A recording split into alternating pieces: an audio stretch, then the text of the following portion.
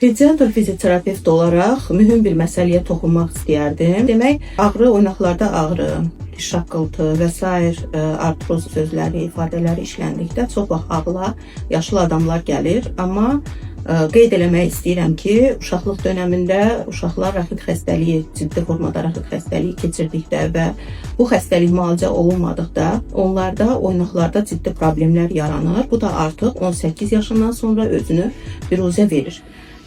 Və uşaqlarda, oynaqlarda ağrılar, hətta uşaqlıq dönəmində belə oynaqlarda ağrıların olması, şaqqıltıların olması və s.